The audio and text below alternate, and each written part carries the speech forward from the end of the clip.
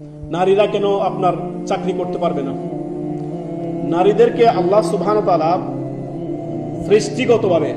সৃষ্টিগতভাবে আল্লাহ তাআলার আদেশ হচ্ছে, আল্লাহ তাআলা সূরা আহজাবের 33 নম্বর আয়াত পড়ে দেখেন, 33 নম্বর সূরার 33 নম্বর আয়াত পড়ে স্পষ্ট দেখেন আল্লাহ তাআলা কি বলছেন, ওয়াকারনা ফি বুয়ুতিকুন্না ওয়ালা তাবাররুজনা তাবাররুজাল জাহিলিয়াতিল উলা। হে নারীরা, তোমরা নিজেদের ঘরে অবস্থান করো। নারী হচ্ছে ঘরের রানী, সে এখন আবার চাকর হতে যাবে? আপনি বলেন তো, কোন রানী রাজা কখনো চাকর হয়? হয় না। রানী কখনো চাকরানি হয়? হয় না। চাকরি মানে চাকর। সহজ কথা বুঝে আসে না। আপনার স্বামীর সেবা যত্ন করবে, সন্তান সন্ততি দেখাশোনা করবে, এটা তার জন্য যথেষ্ট নয় কি? ঘরটাই তার জন্য একটা আপনার কর্মশালা, তার ঘরে তার জন্য যথেষ্ট। তার জন্য আলাদা করে আরো চাকরি নিতে হবে? আল্লাহ সৃষ্টিগতভাবে তাকে এভাবে তৈরি করছেন যে নারী হচ্ছে উত্তম, নারী হচ্ছে এই, সে তার সন্তান সন্ততি দেখবে, স্বামীর সেবা যত্ন করবে, ঘরকে সামাল দিবে সে। আল্লাহ তাআলা যে আপনার সূরা জুমার যে আয়াত রয়েছে, যেখানে আল্লাহ তাআলা বলেন ফাইদা কুদিয়াতুস সালাহ ফান্তাশির ফিল আরদ, যখন তোমরা সালাত শেষ করবে ফান্তাশির ফিল আরদ, কি জন্য?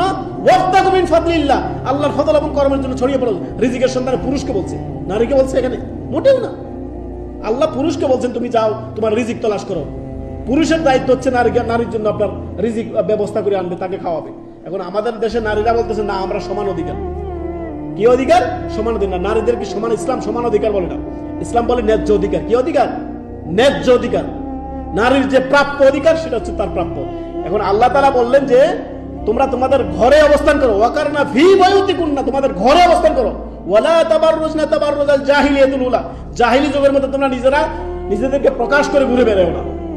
তাহলে আমাদের সমাজ কি অবস্থা? এখন নারীরা ফাইট করতেছে না আমরাও চাকরি করব, চাকর হবো, রানী থেকে চাকরানি হবো, রানী থেকে চাকরানি হবো, এটা ভালো লাগতেছে। আল্লাহ তাআলা সৃষ্টিগতভাবে তাদেরকে অনেক সম্মান দিয়েছেন, নিজের সম্মান নিজে নষ্ট করতেছে। নারী ঘরে থাকলে দেখেন, নারীদের ক্ষেত্রে আল্লাহ তাআলা কোরআনে দুটি সূরা, একটি সূরা সূরাতুত তালাক আর একটি সূরা নিসা, দুটি সূরা আল্লাহ তাআলা অসংখ্য সূরার মধ্যে নারী সংক্রান্ত অসংখ্য বিষয় আল্লাহ তাআলা আলোচনা করেছেন। সুবহানাল্লাহ।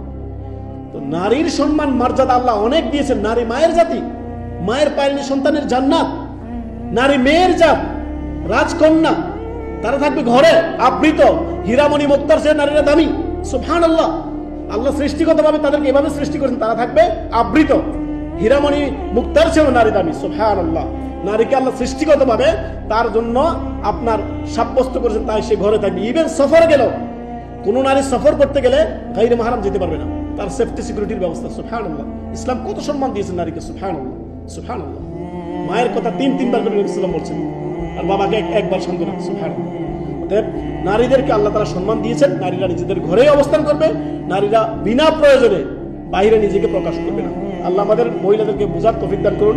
নিজের সম্মান নিজে নষ্ট করছে, নিজের এই যে ধর্ষণের শিকার কেন হচ্ছে, ইফতিজিং এর কেন শিকার হচ্ছে? এই যে ইসলামের অনুশাসন মানি না, সব আমি ইনকিলাব জিন্দাবাদ, আমি বেড়ে যাবো, আমিও করবো চাকরি, হ্যাঁ করবো, আমিও করবো, হ্যাঁ লাখ কামাবে, আমিও লাখ কামাবো।